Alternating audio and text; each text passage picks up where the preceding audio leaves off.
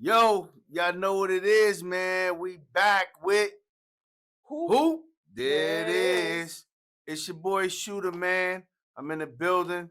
I'm with my co-host Bree Live. What's good, Bree? You know the vibes. We back in action, ready to give y'all another episode of Jam Packed Poop Queens News. Facts, You know? facts, facts. Today, we talking about a controversial topic that we know that a lot of coaches is talking about, especially high school, middle school. A boatload of parents is talking about For sure. because they footing that bill. You know what I mean? And even some of the players is talking about. They may be afraid to say it, but we gonna say what we know y'all been wanting to say. And the question today is: AAU basketball out of control? See, I would definitely say it's getting a bit crazy. Mm-hmm. I know the parents been complaining about it a lot, and players, if you know, you know. So, in my point of view, there's so much different ways to say how it's crazy. But start it off. What you think's crazy about it? Um, I mean, and I'll go back because being a parent and looking from the parent side, like I've been experiencing AAU basketball or travel Mm-hmm. basketball for the past 10 years. My oldest daughter is a senior in college right now.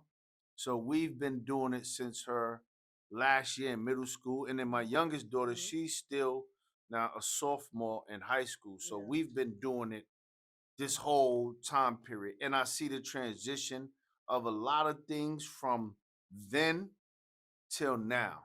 And one of the main things I'll jump into right off the back is the cost. That's Like, You see, that's one thing, like, coming now from a coach's standpoint and when I was a player, mm-hmm, I knew like AAU was limited. mm-hmm, Now I think what's making it out of control is the fact of they're allowing just any player who got the money to be on the team, yeah, which now it's like, are you really actually benefiting it? Are you really getting the exposure you need? Or is it just a money pool? yeah, And that's been a thing because I know when I was playing, only select players were able to play AAU, yeah, So yeah, now it's like, you get a team, you make a team, and everybody makes it. So yeah, I yeah, think that's crazy. For I don't know, it's up to the parents to decide, but from a yeah. player standpoint, it's kind of saturating the game. Now, listen, I agree with you 100%. And we spoke about this before. Like, there's no such thing as nobody making a team anymore. Mm-hmm. Like, everybody makes a team. For example, I know teams that have tryouts and they say on the tryouts, we got 12 spots and blah, blah, blah, blah, blah. And 40 kids show up.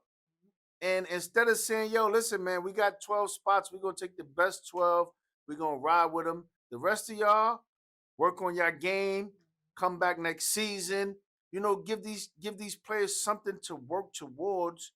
They say, nah, you know what? We got 40 kids.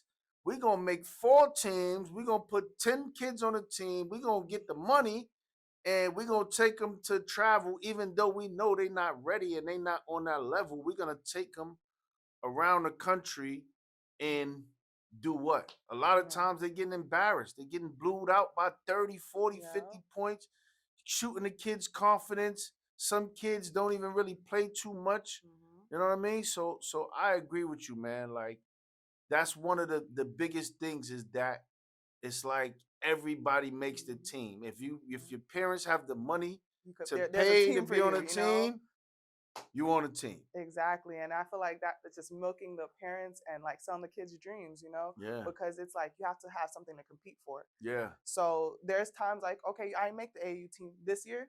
Okay, I'm gonna work hard over the summer, and next Mm-hmm. year I'm gonna be ready. But Mm-hmm. now it's like, yeah, I made it. And now it's like it could affect your development as well, because how much practice are you getting during the Absolutely. AAU season?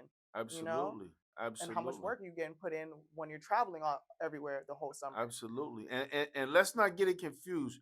When we talk about the money that the parents is playing, we talking about anywhere from, let's say, 1,200 to 2,500 You know, to be on a team, depending on the team.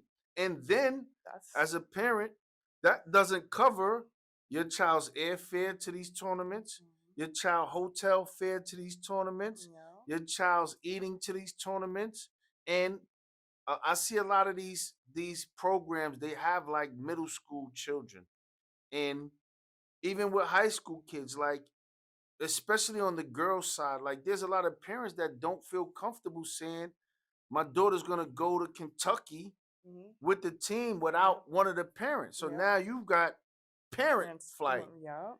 parent Hotel. hotel, parent food, parent rental car, getting back, you know what I'm saying? And See. then you got the band fee. Yeah, the just to get The into yeah. the games. It's 150 per tournament. Or do you not know? Like it's crazy because I was talking to a Yo. coach and he has players as well that Mm-hmm. like and his kids and he was like, yo, over travel, they paid sometimes $10,000 for the summer, if not more, give or take, you know? And like that's crazy. That's a crazy amount of expense and for you don't know, you know, it's like it's not necessarily a guaranteed my child is going to go to the next level. It's not necessarily a guaranteed that they're going to even want to play 2 seasons down the road, you know. So Absolutely. it's crazy that it's becoming such a money pool like that, Mm-hmm. and the opportunities for the players now, Mm-hmm. and the parents are getting hit with it, you know. That's the craziest part, like. Big bill. Parents is maxing out their credit cards, debit cards, taking out loans, Yeah. doing what they need to do. But now Yeah. I got a question for you though, right? Mhm. What is your take on playing travel every year or developing player development and working out and training and maybe doing some local tournaments as opposed to Back in my day, we'll get cut from travel teams, and mm-hmm, then you're kind of forced to do player development and then go to like rec leagues. Or with us with girls, it's like when I was in middle school we'll play with the boys. mm-hmm, Like I know the top girls that I was playing against will play in like the boys rec leagues from mm-hmm. like 6th to 8th grade, just to get those reps in, you know, and play a Yeah. little tougher competition. But I know it wasn't really enforced for when we were younger to be on these big travel teams unless Mm-hmm. we're like super top elite players. But it's better to do the local travel Yeah. and things like that. And it's just better for the parents, it's better for the teens and the kids as well to like just develop, Mm-hmm. you know. And same thing with me, like that whole summer between 8th, 9th grade, like just development. But I was doing more local, and then that helped me for like 10th and 11th grade. Now I'm playing on top travel teams, Yeah. you know. And I also think like one thing when I was in travel, it was the teams, they're gonna, if they want you, they're gonna get you, you know. And you're not paying top dollar. Some parents aren't even paying, they get reimbursed for coming out, or they get these Definitely. incentives because their players actually that top, like a top Definitely. player. So if you feel like your kid is not on that level, I think development is more important, you Definitely. know. Definitely. I mean, I agree with you because you look at you take a middle school kid Mhm. and maybe a high school freshman, eighth and ninth grade. Mhm. I think those years specifically, unless your kid is already a 5-star super stud, Mhm. I think those years are the most important for development. Meaning that I think they should spend their off season if they're playing for their school team. They should Mhm. spend their off season training, development, and then playing in some local tournaments, whether it's a rec league, whether it's a AAU team that doesn't fly halfway across the Yep. country. They just stay maybe Locally. in your state. You know Yep. what I'm saying? You take a 2 hour drive this way, Yep. 2 hour drive that way, and you kind of play those games so that they get some in game reps. Yep. And then maybe 10th, 11th, 12th, depending on 15, 16, 17, then you start to say, Yeah. okay, you weed out the kids that say, yeah, I don't really want to play Yeah. basketball to the next level, Yeah. so I don't want to start doing all All this. this and all that. And then you get kind of like the really cream of the crop. So when they do go to these Kentuckys and these Ohio's and these Boo Williams in Virginia and all these top Yeah. level elite tournaments, they are able to compete Repeat. with the rest of the top level players in the country. No, You know what I'm that's saying? true. And the one thing I say with like local teams and AAU teams that people don't realize is the fact that they are closer, they're able to do more practices and development during that time period instead of, oh, we're traveling every week to here and there. We're not able to get 2 to 3 practices in per week. You Yeah. know, so with it being local, it actually helps your child's development other than you like, oh, let me just put them on a top team off the Yeah. back, you know? So, And I think it builds character in players because I'll give you a story with my daughter, right? The team that she was on, they did a few towards the end of the summer, like they did the the run for the roses and mhm, stuff like that. But majority of their summer they did local tournaments every weekend. You know what yeah, I'm saying? So they would go, West Palm Beach, mhm, or they would go to Tampa, or they would go to Clearwater. Just something that was a few hours away. Parents could drive mhm, to. You could maybe had to spend a night. One night it may have been Saturday, Sunday, yeah, whatever. They drove back, but they practiced every day. yep, So they would practice every day, do development every day, and then on the weekends they would go and play. play, you see? You know what I'm saying? And then they had like, especially when it came to like, they had like a ninth grade, 10th grade team, then they had like 11th, 12th grade team Mhm, type of thing. And those was the ones they took like, okay, it's time for run for the roses mhm. for the exposure. Now we're gonna take these players to here to get the exposure. You know what I'm Yeah. saying? And one thing I'll say back then with like certain younger players that were like the top recruits, they'll just boost them up to a higher grade level instead of, oh, we're going to create a team for that of just elites and then the regulars in Yeah, yeah, 10th yeah, graders, something yeah, like that. They'll just yeah, like, okay, you're a top 10th grader. We're going to make you play with 11th graders. And that's a good way to for a player to develop as well. yeah, So yeah. in those cases, it works. But when you're just creating a bunch of teams for It's crazy. these And players, no mean to cut you off, no, you're but good. the reason I was telling you the story because once my daughter became a senior, she ended up getting recruited to a Division 2 HBCU Mm, school. yeah, that's good. And she really wanted to be a Division 1 player. She really said, yo, I got the skill to be a Division 1 player. And because of that discipline and that consistency of how she was came up through the travel ranks, she was able to go to Division 2 to a HBCU. She was able to work hard at her game and continue during the summer, work and work through the year, work and work and work. And in her senior year, she went to the transfer portal and ended up getting picked up by a Division 1 school, I see. and end up her final year playing that next level Division 1 basketball. You know I what I'm see. saying? And that's the best thing, like as far as it's for the player at the end of the day and trying to take the player to the next level. So that's why sometimes with AU you don't want to get caught up in the hype of it and actually the exposure and be realistic with your skill level and your child if you're a parent, you know, like and see Absolutely. their skill level, you know, just so Absolutely. that they could properly develop and become those players that they envision, you know. Absolutely. So And nowadays, the road to Division 1 is not just a straight and narrow anymore. The no, road now is like this to get to curve, yeah. Division 1 because of the NIL, because of Mm-hmm. the transfer portal, Porter, yeah. because of the new eligibility rules. Are colleges, Division 1 colleges, are they really looking at high school players? For me, I think that It years is. ago, They were. that was their go-to. We Mm, gotta get these top recruits out of high school and things like that. I think now, with all the rule changes and how everything's going, now the high school players have dropped down a totem pole because now Division 1 coach or Division 1 program, in order to get players, their first option is another Division 1 school. yeah. Because I could get a player that's at another Division 1 school Mhm, that's not happy. I got the money to pay them more than that school. I could get them to come right in mhm, and compete for a yeah. championship. And they're already used to the program. They already know the They're routines and already used to how the to speed of speak. the Yeah. game. They already used to the rules of the game. We don't gotta really train them to say we got a high school kid that's we gotta wait until they develop into college. They already Mhm, have pretty much a college building yeah. physique. You know what I'm saying? Yeah. And also for the players too, it helps them as far as in high school. Now you have all this eligibility. You could also go to these programs, develop, and go to that D1 school, you Absolutely. know, and now Absolutely. it's not like you're just stuck at like a JUCO or different things like that.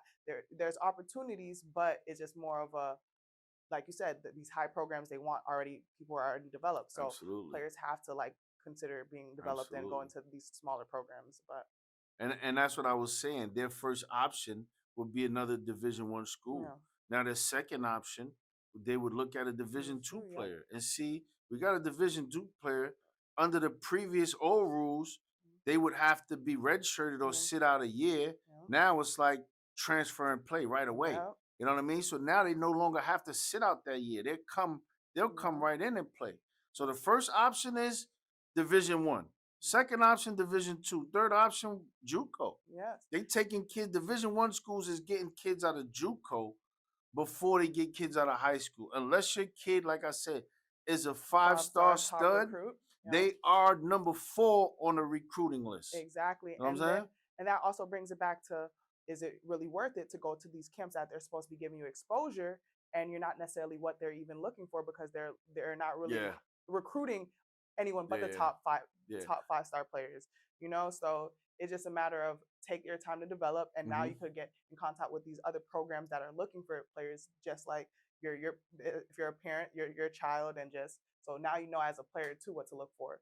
Yeah. So I think early on, no, but once you reach a certain level, yes, you want to still give them players that experience. mhm, But I think, like you said earlier, like parents have to be realistic and know that sometimes the road to Division 1, if your kid really wants to play at that Division 1 level, is still taking sometimes the back road. Some mhm, still possibly do a year or two in JUCO. yeah, You know what I'm saying? Work on your game, get acclimated to the speed, mhm, continue to build and develop your game on that college level. The level, same way they went from middle school to high school, now high school to college. You go to JUCO, you get your development, you build up, and then you go into the portal. yeah, You transfer Division 2, Division 1, whatever. Your skill level, once you get there amongst your peers, will tell you, yeah. am I good enough for Division 1? And I feel like it's inevitable. Like the players know, the parents know. If you're in denial, that's when it becomes like a money pool, or in a certain things of like you're trying to bite more than you could chew in a certain aspect. So if you're real with your game, like okay, I still have to work on this, this, and this.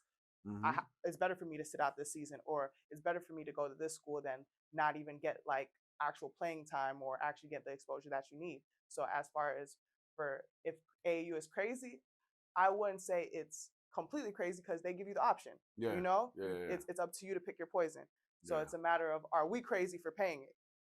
That's a good question. Is AAU crazy, or is the parents crazy for possibly really not being realistic to say, Exactly. hey, my kid is really not at that level for me to Hmm. pay all these Yeah. exorbitant fees? Yep. Because some parents will look at it and say, oh, AAU, oh, it's only 1,600. It's no problem. We're gonna Yeah. pay that. Yeah. Until now, they send you the, okay, you gotta stay at this hotel. It's Mhm. no longer, you can't, for most travel teams, you Mhm. can't say, yo, we're gonna try to save some money. We're gonna be Yeah. out here 5 days. We're gonna stay at an Airbnb. Nope. They like, nah, Nope. you gotta stay at the hotel that the team say you gotta stay at. Yep. And there's always incentives for like the teams and For the the coaches, teams but and not necessarily coaches, for the yeah, because the parents. coaches probably gonna get a free room. They Hmm. they block 20 rooms, and if all Everything, 20 is all their booked, yeah, expenses are paid for, and then it's yeah, like yeah, the yeah, parents yeah. have to pay The for everything. parents gotta suck it up. But like Yeah. you said, sometimes parents gotta make realistic decisions to say, Mhm. am I crazy for doing this? Is my kid really on that level? Or even sometimes as parents, we really gotta have a sit down with our kid and say, hey, Mhm. listen, do you want to play at the next level? Yeah. You know what I mean? That's Because true. playing at the next level, like, I'll fund the project. But Because if you get on at the next level, I really don't got to do much at that level because yeah. it's a free education. I don't got to take out a loan for tuition. Hmm. I don't got to do, you see what I'm Yeah. saying? So it's kind of like I'll pay at this level to To be get that free and incentive clear at the at that level yeah. and you get a free education. But I can't pay at this level and pay at that Yeah, level. and you got to just be real, because as well as other than just the exposure camps, there's other ways to expose kids nowadays with social media, with just emailing coaches. So sometimes as players, we're hyped up. We're like, yo, I'm D1, I'm top player. But when you're playing against these other D1 players, how are you competing? Are Facts. you able to compete at that high level? Are you able to go against these D1 players that are actively playing right now? If you Facts. can't, be real with yourself and put yourself in training, put yourself playing against higher level, even going to train with college players during the summer while Mm-hmm. they're off, instead of, Mm-hmm. okay, I'm training at a lower level with players that are just like me, or players that might not take it as serious as me. You know? I always tell a lot of the players that ask me, I say, first of all, if you want to be a D1 player, I say, can you guard a D1 player? Yeah. If I had a D1 player come out here right now and y'all played against each other, can you guard that player? Yeah.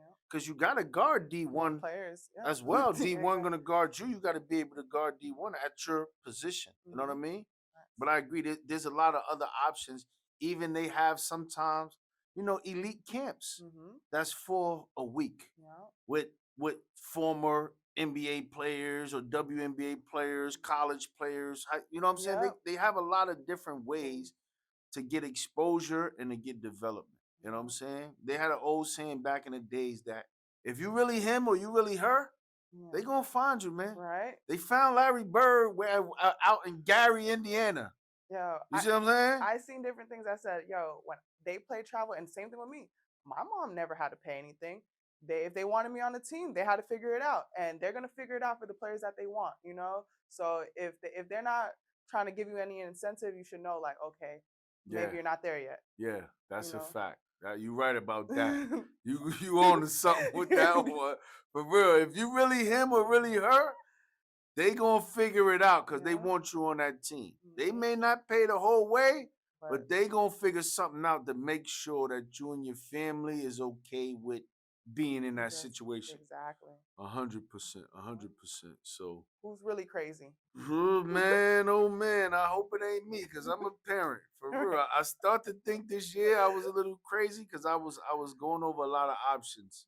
You know what I'm saying? And the jury still ain't fully out yet, but as of right now, we in a comfortable situation as far as my kids, and what they want to do, and they showing me that this is what they want, and they working hard for it. So Oh, that's always good. That's the goal. So, that is the goal. That is the goal. You got any last thoughts on AAU for the parents out there for who haven't experienced it and thinking about it? Give them some type of advice or for the something. parents out there, take your time in picking the right AAU team that's good for your child, and also be real with your child. Have a sit down to see what they need to work on over the summer too, and see if that AAU program is going to actually help them develop.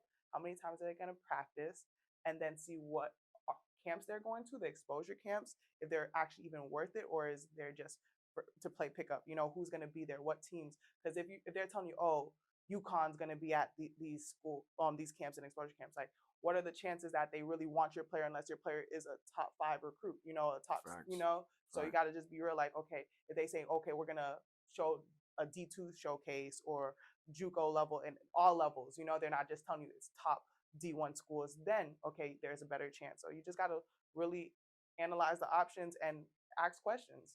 I say that's the Facts. main thing. Ask questions and talk to your kid.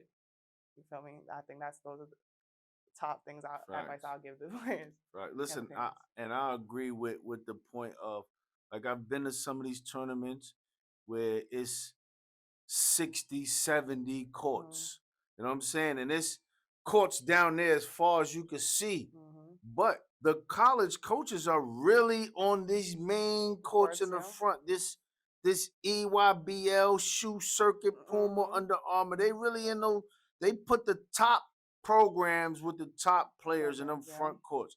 If your team is way down there at court Mm-hmm. 992, there's almost a 99% chance that nobody's down there watching them. They Exactly. not getting exposure to nothing but a good experience of seeing 100,000 courts under one roof and Yeah. 100,000 players walking around and 100,000 Right. teams to look at. So one thing I will say about that is, as a parent, if you do have the means to, and you want your kid to have that exposure, not the exposure, but the experience, it is a great experience because playing travel, that's one of those things you will never forget. Yeah, And it yeah, gives that leadership skills, the discipline, just having that team bonding. So like I definitely think if you have the means and if you just want to do it for the experience for your kid to, stay out of trouble over the summer, yes. yeah, But just think about it as far as like what is the end goal with it. yeah, for sure. And I would say to parents as well, do your due diligence. The same way where you choose a high school for your kid. You know what I'm saying? You look at certain high schools. You look at, is this an A-rated school? Is this a B-rated school? Who's the principal? How are they scoring their tests? What do they do? The things that they do. Do the same thing with some of these travel programs. Look and see if your child's program is a high-level program. Where are they traveling to? What's their schedule?